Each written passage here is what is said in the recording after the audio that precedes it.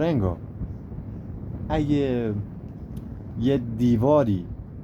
با یه سگی ازدواج کنه بچهشن چی داره؟ با یه دیوار، با یه سگی، مثلا با یه دیوار با یه سگی ها، مثلا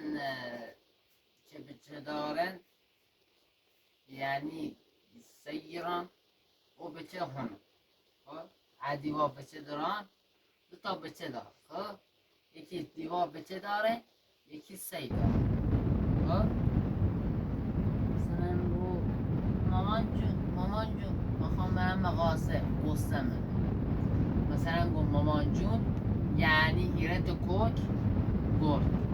گرد یعنی گرد یعنی شیپلن، ایره گرد یعنی شیپلن، ایره خرید میکنه